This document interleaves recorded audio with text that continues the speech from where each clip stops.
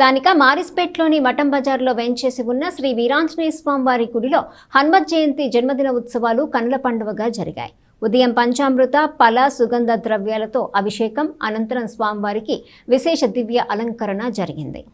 స్థానిక మఠం బజార్లోని శ్రీ వీరాంజనేయ స్వామి వారి గుడి నందు హనుమత్ జయంతోత్సవాలు విశేషంగా జరిగాయి. స్వామివారికి నాగవల్లి దళార్చన, సింధూరార్చన వైభవంగా నిర్వహించారు. తదనంతరం నీరాజన, మంత్రపుష్ప, తీర్థ ప్రసాద వినియోగం నిర్వహించారు. ఈ సందర్భంగా సంజీవిని పర్వతాధర వీరాంజనేయ స్వామి అలంకరణలో భక్తులకు స్వామివారు దర్శనమిచ్చారు. స్థానిక భక్తులు పాల్గొని స్వామివారిని దర్శించుకున్నారు.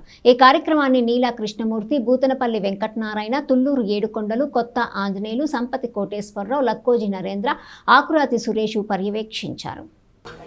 తెనాలి పట్టణం మారిస్పేట మఠం బజార్లో వేంచేసి ఉన్నటువంటి శ్రీ వీరాంజనేయ స్వామి వారి మందిరం నందు హనుమాన్ జన్మదిన ఉత్సవాలు పురస్కరించుకొని ఈ రోజున స్వామివారికి ఉదయం 7 గంటల నుండి మంజుసూక్త పారాయణంతో 11 సార్లు పంచామృత ఫల రసాభిషేకం జరిగినది. అనంతరం స్వామివారికి విశేషమైనటువంటి సంజీవ పర్వతధర ఆంజనేయ స్వామిగా అలంకారం చేసుకొని భక్తులందరికీ స్వామివారి దర్శనం ఇచ్చారు.